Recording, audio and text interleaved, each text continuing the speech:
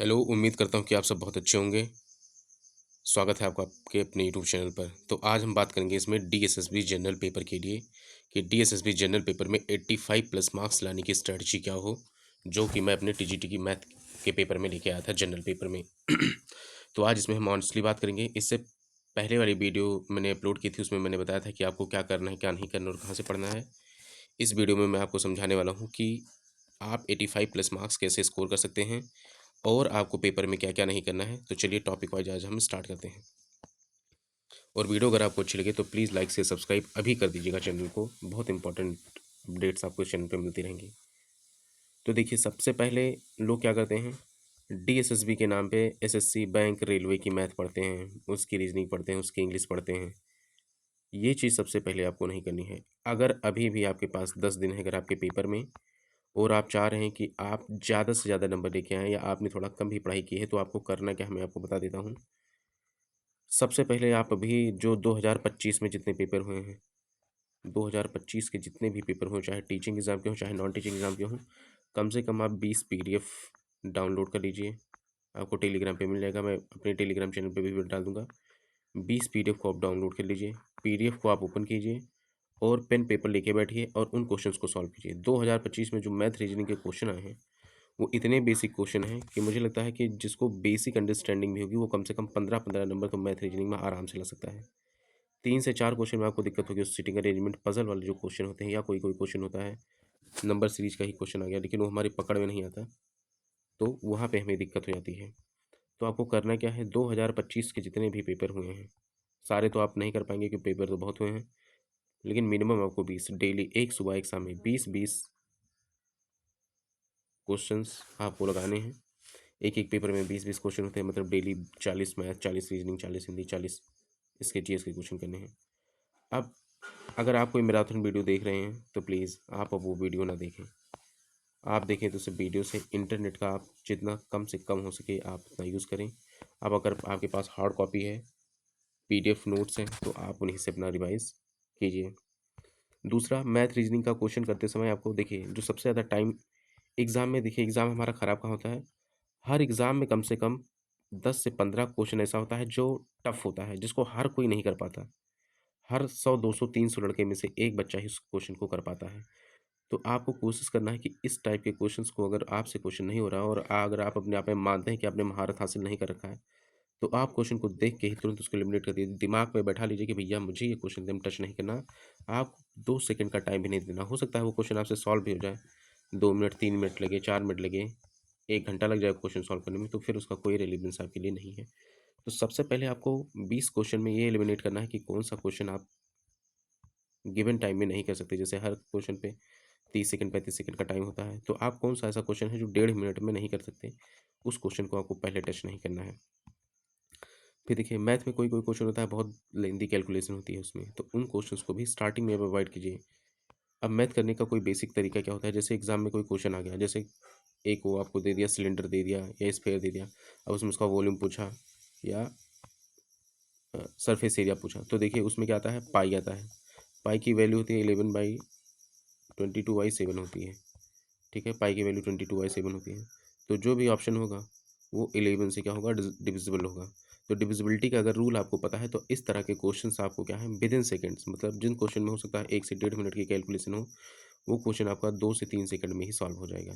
तो इस तरह की ट्रिक को, रूल ऑफ डिविजिबिलिटी क्या होते हैं, अब हो सकता है आप लोग में से बहुत सारे लोगों ने नहीं पढ़ा हो, तो आप लोग यूट्यूब पे जाके देख लीजिए। अभी मेरा चैनल नया है, स्कूल में थोड़ा-सा बिज़ी रहता हूँ, तो इसीलिए मैं ज़्यादा टाइम नहीं दे पाता। कोशिश करूँगा आप सबका अच्छा सपोर्ट रहा, तो शॉर्ट वीडियो जैसे 20-20, 15-15 मिनट की वीडियो और एक-एक टॉपिक को उसमें ख़त्म करने की कोशिश करूँगा। लेकिन वो तब भी संभव है जब आप लोग थोड़ा-थोड़ा सा पढ़ लिए होंगे। तो मैंने आपको बताया कि आपको एलिमिनेशन मेथड कैसे यूज़ करना है एग्ज़ाम में। एलिमिनेट ऑप्शंस को आपको कैसे करना है कि आपका ऑप्शन आंसर कौन-सा नहीं है। और जब आप 50-50 में हो, मतलब आपको पता हो कि भैया 2 आंसर तो बिल्कुल भी नहीं, जैसे आप एग्ज़ाम में क्वेश्चन कर रहे हैं, कोई आ गया, एक वॉल्यूम का फ़ॉर्मूला आ गया, उसमें कैलकुलेशन काफ़ी लेंथी है, लेकिन उसमें रूल ऑफ डिविजिबिलिटी लग रहा है। अब 2 ऑप्शन ऐसे हैं जो 11 से कट रहे हैं, बट 2 ऐसे हैं कि जो नहीं कट रहे हैं, तो भैया ये 2 तो बिल्कुल नहीं है, यही 2 हैं। तब आप यहाँ पे अपना तुक्का लगा सकते हैं, भगवान का नाम लीजिए, जो आपका 7 सेंस काम करे उसी पे आप टिक मार दीजिए। तो इस तरह से इन बेसिक बातों का ध्यान रखें। जैसे मैथ हो गया, मैथ थोड़ा सा टफ पड़ता है, जिनका आर्ट बैकग्राउंड है, या जो एसएसटी वाले हैं। तो इस तरह के कुछ बेसिक टेक्निक को अपना के वो क्या कर सकते हैं क्वेश्चन को। जैसे मैथ में देखिए आता है सिंप्लीफिकेशन का क्वेश्चन, सिंपल होता है। टाइम एंड वर्क का क्वेश्चन होता है, कोई बहुत ज़्यादा लेंदी क्वेश्चन नहीं होता। 2 से 3 क्वेश्चन होते हैं जो आपके मेंसुरेशन बेस्ड होते हैं। इसमें थोड़ी सी कैलकुलेशन होती है बट फॉर्मूला बेस्ड होता है, तो इन क्वेश्चंस को भी आप आसानी से कर सकते हैं। परसेंटेज का क्वेश्चन है, कभी कभी एकदम बेसिक परसेंटेज का क्वेश्चन आता है। CISI है, इसमें भी बहुत सारे सिंपल क्वेश्चन आते हैं, कभी कभी थोड़ा सा लेंदी क्वेश्चन दे देता है, अदरवाइज सिंपल ही आते हैं। तो मैथ में कुछ इस तरह के ये टॉपिक्स हैं जिनको आप बिना टाइम वेस्ट किए हुए कर सकते हैं। जैसे मैं बता दूं, टाइम एंड वर्क है, सिंप्लीफिकेशन है, लिखने में थोड़ी दिक्कत हो रही है, सिंप्लीफिकेशन है, फिर आपका है एवरेज का क्वेश्चन है, फिर आपका है discount profit and loss. CISI से आपका कम से कम 2 क्वेश्चन 100% आएगा। मेंसुरेशन से आएगा आपका क्वेश्चन, ठीक है, और टाइम एंड स्पीड से आता है। इतना ही टॉपिक आप कर लें तो आप मोटा मोटा मान के चलिए कि आपके एग्ज़ाम में मैथ में 14-15 क्वेश्चन आपके हो जाएंगे। और जिनको मैथ वीक है, 14-15 क्वेश्चन अगर आपने कर लिए, इतना आपके लिए बहुत है। बाकी भाई जो लोग मैथ पढ़ते हैं, जिनका मैथ बैकग्राउंड रहा है, वो तो 20-20 करके आते हैं, नो डाउट। तो इस तरह से बेसिक बातों का ध्यान रख सकते हैं। देखिए एग्ज़ाम में करना क्या नहीं है, अभी आपको पॉजिटिव रहना है। लास्ट टाइम बचा है डर, अभी सबको लग रहा है भैया डर, सबको लग रहा है, और डरना ज़रूरी भी है, एग्ज़ाम है। लेकिन अभी ये नहीं कि डर के बैठ जाना है। अभी आपको क्या करना है, आपको गाड़ी अपनी 4 नंबर गियर में डाल देनी है, टॉप गियर में डाल देनी है, 4, 5, 6 जितना नंबर का गियर लगा सके। और मैक्सिमम टाइम आपको अपनी स्टडी पे देना है। अगर आपको लग रहा है कि आप 4 घंटे सो के आपका काम हो सकता है, तो आप 18 घंटे पढ़ाई कर सकते हैं। जब आप 18 घंटे पढ़ाई करेंगे तब आप 12 से 13 घंटे की अच्छी पढ़ाई आएगी। 18 घंटे पढ़ेंगे, आप वॉशरूम जाएंगे, पानी पियेंगे, खाना खाएंगे, थोड़ा सा मुँह फ़ोन देखेंगे, रील देखेंगे, थोड़ा सा डेस्क पे सिर रख के सो भी लेंगे। तो जब हम टारगेट अपना 15 घंटे का लेके चलते हैं, तब हमारी एक अच्छी प्रोडक्टिव पढ़ाई होती है 10 से 11 घंटे की। अभी क्या करना है आपको, अभी अपना जो स्टडी आवर्स है उसको कैसे भी करके, अभी आप सुनने में आपको थोड़ा सा अजीब लगेगा, लेकिन मैं आपसे कह रहा हूँ ना कि अगर आप वॉशरूम में भी जा रहे हैं ना, वो फ़ोन लेके वहाँ पे भी जाने की आदत है, तो आप कोई वीडियो प्ले कर लीजिए, या कोई PDF है तो उसको देखते रहिए। करंट अफेयर्स आप देख रहे हैं, GS का देख रहे हैं, वन वर्ड सब्सटीट्यूशन देख रहे हैं, तो वॉशरूम में भी आप जाइए ना, 10 घंटे बैठिए। तो हाँ, मेरा जब हम लोगों का जब एग्ज़ाम था तो हमें टाइम नहीं मिला था ज़्यादा, 3 से 4 महीने मिले थे।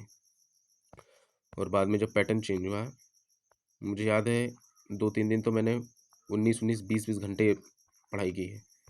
मैं दिल्ली ही रहता था, तैयारी करता था, और चाय बना बना के पीता था। कई दिन मैं खाना नहीं खाया हूँ।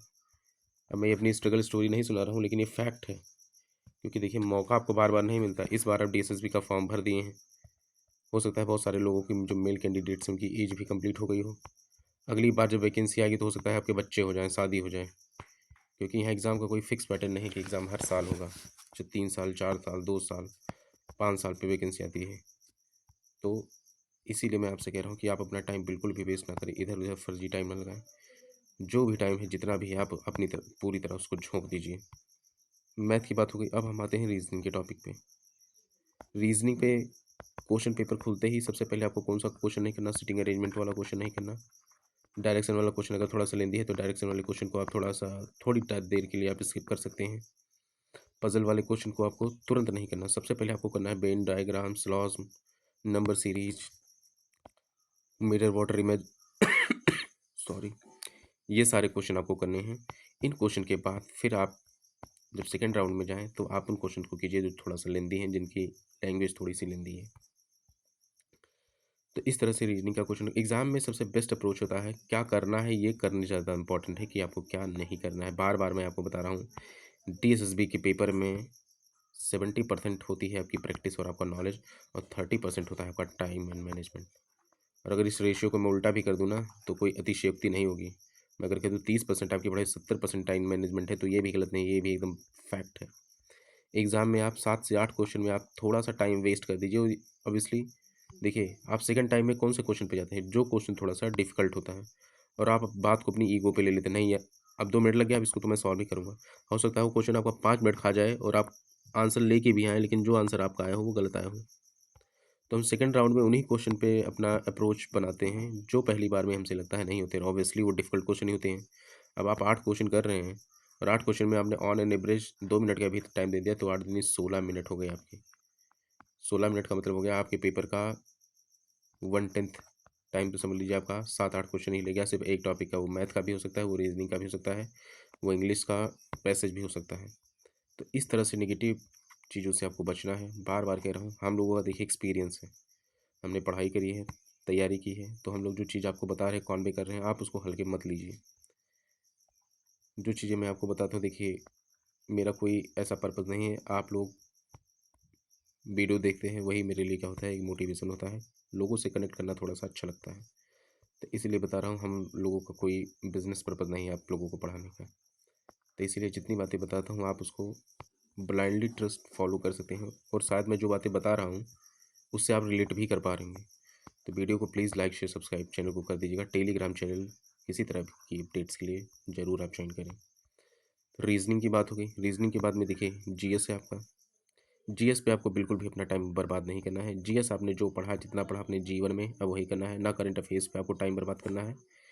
अगर आपको लगता है कि देना है तो डेली 30 मिनट से ज़्यादा जीएस पे मत दीजिएगा, इतना मोर देन इनफ है। जो भी टाइम आपको करना है आप हिंदी इंग्लिश मैथ रीजनिंग पे दे सकते हैं। फिर देखिए हिंदी आती है। हिंदी एक ऐसा सब्जेक्ट है जिसमें आप 20 में 20 नंबर आराम से ला सकते हैं, और वो तो और आराम से ला सकते हैं जिनका बैकग्राउंड हिंदी रहा हो। बहुत बेसिक हिंदी आती है।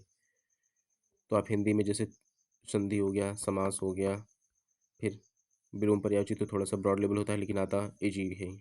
संधि हो गया, समास हो गया, काल हो गया, इस तरह के 5 से 7 टॉपिक हैं जिनको अगर आप पढ़ लें, क्योंकि क्वेश्चन यहीं से गलत होता है, संधि समास काल और वाक्य के प्रकार यहीं से गलत होता है। तो आप इन चीज़ों को थोड़ा सा देख लेंगे तो यहाँ से आप हिंदी में बहुत बेस्ट परफॉर्मेंस अपना दे सकते हैं, 20 में 20 ला सकते हैं। हिंदी में 20 में 20 आप ले आइए। मैथ रीजनिंग में जो आपका 1-1 2-2 3-3 नंबर का छूटेगा वो आपकी हिंदी क्या कर देगी, कवर कर देगी। ठीक है ना। अब हम बात करेंगे इंग्लिश की। इंग्लिश देखिए डीएसएसबी की थोड़ी सी पैटर्न से चेंज होती है। एसएससी में जो इंग्लिश में 20 ले आते हैं, 17-18 ले आते हैं, डीएसएसबी में 13-14 भी लाने का होता है, मुश्किल काम होता है। तो ये आप मान के चले, अगर डीएसएसबी के इंग्लिश के पेपर में अगर आपका, मैं मान लूँ कि अगर आपका 12 नंबर आ रहा है तो आपका ठीक ठाक नंबर आ रहा है, और 15+ नंबर आ रहे हैं तो आपके नंबर बहुत अच्छे हैं, और 10 नंबर भी आ रहा है तो आपका सेटिस्फैक्ट्री नंबर है। 10 से कम है तो थोड़ा सा आपको उस पर अप्रोच लगाने की ज़रूरत है। जैसे आपका पैसेज हो गया, ट्रिक देख लीजिए पैसेज कैसे सॉल्व करना है, पैरा जंबल्स PQRS कैसे आपको सॉल्व करने हैं, जो सेंटेंस इंप्रूवमेंट होता है, वन वर्ड सब्सटीट्यूशन होते हैं, इन सबको देख लीजिए। ये सब थोड़ा इंटरेस्टिंग टॉपिक होते हैं, इनको हम कैच जल्दी कर पाते हैं। तो आप यहाँ से इन सब चीज़ों को करके कर सकते हैं। देखिए टीजीटी के पेपर में पेडागॉजी भी आएगी। पेडागॉजी पेडागॉजी के मेरे पास नोट्स रखे हैं, मैं घर गया था तो इस बार दिवाली में वो नोट्स अपने घर से मैं दिल्ली ले आया था। पेडागॉजी का PDF होगा जो 30 से 40 पेज में है, और अभी मैंने उसमें जो अभी रिसेंट में जो पेपर हुए हैं उनके भी मैंने कुछ ऐड किए हैं। तो अगर आप लोग बोलेंगे कि पेडागॉजी का आपको चाहिए तो आप लोग कमेंट सेक्शन में कमेंट करके बता दीजिएगा, आपको मैं वो 40 पेज की PDF भेज दूंगा। उस 40 पेज में डीएसएसबी के कम से कम 100 से 150 पेपर अभी तक जितने भी टीजीटी पीजीटी के हुए हैं उन सब के पेडागॉजी के जो 10-10 20-20 क्वेश्चन आते हैं उन सारे क्वेश्चंस का कंपाइलेशन है। तो मुझे लगता है आप उतनी पेडागॉजी को तैयार कर लीजिए तो आपके लिए मोर देन इनफ होगा। पेडागॉजी में 10 नंबर की, या पीजीटी में जो 20 नंबर की पेडागॉजी आती है, 10 में से 8-9 नंबर आपके कहीं नहीं गए सिर्फ उतना पढ़ के, और उतना 40 पेज का रिवीजन आप आराम बढ़िया से करें तो 2 घंटे में आप आराम से कर सकते हैं। मेरे पास खुद के भी नोट्स हैं लेकिन उन सब का PDF बनाना पड़ेगा, अभी थोड़ा सा हेक्टिक काम है। सपोर्ट आप लोगों का अच्छा रहा तो वो भी मैं रात बाद में टाइम निकाल के बना दूंगा। यहाँ पे आप टाइम देख रहे होंगे 6:42 हो रहा है सुबह के, और 8 बजे 7:30 बजे से बजे भी मुझे स्कूल के लिए निकलना है। तो सोचिए कि मैं कितना अपना बिजी शेड्यूल निकाल के आप लोगों के लिए वीडियो बनाता हूँ। तो आई होप मेरी ये बातें समझ में आ गई होंगी कि आपको क्या कैसे करना है। जितना चीज़ें बता दिया हूँ एक बार फिर से रिमाइंड कर देता हूँ। जो क्वेश्चन आपको लग रहा है कि आपसे क्वेश्चन नहीं होगा उस क्वेश्चन को आपको बिल्कुल भी टच नहीं करना है। जिस क्वेश्चन की लैंग्वेज थोड़ी सी लंबी है फर्स्ट राउंड में आपको उन क्वेश्चंस को स्किप करना है, मतलब करना है लेकिन तब जब आपके इजी पहले राउंड में 12 से 13 क्वेश्चन हो जाए। फिर हिंदी इंग्लिश रीजनिंग में आपको क्या कैसे करना है वो बता दिया। अब अब हम आ जाते हैं मॉक पे। देखिए DSSB में अगर आप चाहें आप अपना पार्ट B पढ़ते रहिए। जनरल देखिए जो जनरल पेपर होता है ये स्कोरिंग पेपर होता है। TGT math Hindi English science subject में थोड़ा सा नंबर लाना डिफिकल्ट होता है, बट जनरल पेपर में बेस्ट वे से आप तैयारी करें तो 80-85 नंबर आपके आराम से आ जाते हैं, ठीक है ना। और इतने सिलेक्शन दिलवाने के लिए बहुत होते हैं। तो अब आपको डेली क्या करना है, मॉक देना है। और मॉक कितना, 2 मॉक, 2 मॉक देना है फुल लेंथ का, 100-100 नंबर वाला जो होता है। अब कोई कहेंगे सर टीजीटी इंग्लिश का तो मेरा मॉक ही खत्म हो गया, टीजीटी एसएसटी का तो मेरा मॉक। अरे भैया टीजीटी एसएसटी का आपका मॉक खत्म हो गया ना, आप टीजीटी मैथ के पेपर पे जाइए और वहाँ पे क्या कर दिए, 100 क्वेश्चन का जो होता है 100 क्वेश्चन को करके और आप सबमिट कर दीजिए। ओवरऑल आपको पता चल जाएगा कि आप 100 नंबर में कितना नंबर पा रहे हैं। या जिनका टीजीटी एसएसटी का पेपर है, टीजीटी मैथ का पेपर है, उनके अपने सारे मार्क्स खत्म हो गए, तो टीजीटी हिंदी का पेपर, टीजीटी साइंस का पेपर, टीजीटी एसएसटी का पेपर, जाइए वहाँ पे आप 100 क्वेश्चन को अटेम्प्ट कीजिए, क्वेश्चन को सबमिट कर दीजिए, तो वहाँ से आपका हो जाएगा। अब लोग पूछेंगे सर मॉक कहाँ पे दे, देखिए मॉक देने का जो सबसे बेस्ट एप्लीकेशन है वो मुझे टेक्स्ट बुक ही लगता है, क्योंकि उधर जेन्युइन बच्चे होते हैं, ठीक है ना। तो जो भी आपको मॉक देना है आप टेक्स्ट बुक पे दीजिए, नहीं है तो आप उसका सब्सक्रिप्शन अभी भी ले सकते हैं। पर प्रमोशन नहीं कर रहा ना, मुझे इसका एक भी पैसा मिलने वाला है। तो आपका मॉक से रिलेटेड चीज़ें हो गई। एक वीडियो मैं आपको बनाऊंगा कि एग्ज़ाम हॉल में जाके आपको क्या करना है, वहाँ पे आपका माइंडसेट क्या होना चाहिए। उसके लिए थोड़ा सा मुझे भी रिसर्च एंड एनालिसिस करना पड़ेगा, लेकिन वो वीडियो आपके लिए ब्रह्मास्त्र साबित होगी। तो मुझे लगता है जो बातें मैंने आपको बताई हैं ये आपके लिए काम करेंगी। तो आप लोगों से एक ही रिक्वेस्ट है, आप लोग चैनल को लाइक शेयर सब्सक्राइब कर दीजिएगा, टेलीग्राम चैनल को ज्वाइन कर लेना। कोई भी अगर आपको किसी भी तरह की फाइनेंशियल, एकेडमिक किसी भी तरह की प्रॉब्लम है तो आप बेझिझक आप मुझसे यूट्यूब, व्हाट्सएप, टेलीग्राम पे कनेक्ट कर सकते हैं। अगर आपको फाइनेंशियल दिक्कत भी है, सपोज कहीं पे भी कोई हर्डल आ रहा है, कोई प्रॉब्लम आ रही है, कोई कोर्स परचेज़ करने में कैसे भी करके, तो आप बता सकते हैं। देखिए हम लोगों का पर्पज़ ही है कि हम लोग बच्चों की हेल्प करें। मैं स्कूल में पढ़ाता हूँ, मैं हर बच्चों से बात करता रहता हूँ, क्योंकि मुझे पता है कि सारे बच्चे का बैकग्राउंड एक जैसा नहीं होता। किसी किसी के लिए 200, 300, 500, 1000 रुपये लिए भी क्या होती है, एक बहुत बड़ी बात होती है, प्रॉब्लम होती है। तो किसी भी तरह की कोई बात है, आप पब्लिक ग्रुप में नहीं कह सकते, आप मुझे पर्सनल कमेंट कर सकते हैं। जो मेरी तरफ से बेस्ट बनेगा मैं आपकी हेल्प करने की कोशिश करूँगा। बस मेरा एक ही टारगेट है, मेरी पढ़ाई हुई बातें अगर आपके 5% भी काम आ जाएंगी तो मैं ये मानूंगा कि मेरा सुबह उठना, रात में वीडियो बनाना और आप तक पहुंचाना क्या हो गया, सफल हो गया। तो आई होप, देखिए ईमानदारी से काम कीजिए, जब कभी आप काम करें ईमानदारी से काम करें। आप स्लो पेस से चलेंगे लेकिन आप सच के साथ रहेंगे, आप लंबा टिकेंगे। वीडियो बनाने के लिए मैं भी सनसनी वीडियो वायरल वीडियोस देखते हैं ना, कैसी ड्रामेबाजी, नौटंकी, कंट्रोवर्सी यूट्यूब पे चलती है, करने के लिए वो सब सारी चीज़ें मैं भी कर सकता हूँ। लेकिन वो चीज़ें क्या होती हैं, शॉर्ट टर्म की रहती है। लॉन्ग टर्म में अगर आपको टिकना है तो आपको पेशेंस रखना पड़ेगा, मेहनत करनी पड़ेगी। आप लोग भी पेशेंस रख के मेहनत करते रहिए और अपना काम करते रहिए, कुछ ना कुछ आपको ज़रूर मिल जाएगा। और इतना मिलेगा कि आप जितना मेहनत किए उतना रिवर्स में आपको, रिटर्न में आपको ज़रूर मिल जाएगा। तो बस मेरा एक ही है, झोंक दो अपने आप को, अंतिम समय है, अंतिम प्रहार कर दो और इतना भीषण प्रहार करो कि सब कुछ स्वाहा हो जाए, ठीक है ना। मौका बार बार नहीं मिलता। मिलेंगे आपसे जल्दी ही नई वीडियो में, तब तक के लिए आप लोग खुश रहिए, मस्त रहिए, पढ़ाई करते रहिए। किसी भी तरह की कोई भी प्रॉब्लम हो तो आप कनेक्ट कर सकते हैं अपने दिवाकर सर से। टेलीग्राम, यूट्यूब का कमेंट सेक्शन है, बहुत जल्दी मैं अपना एक ऑफिशियल पेज इंस्टाग्राम का और व्हाट्सएप का भी लिंक ऐड कर दूंगा। Okay, thank you watching for Diwakar classes official.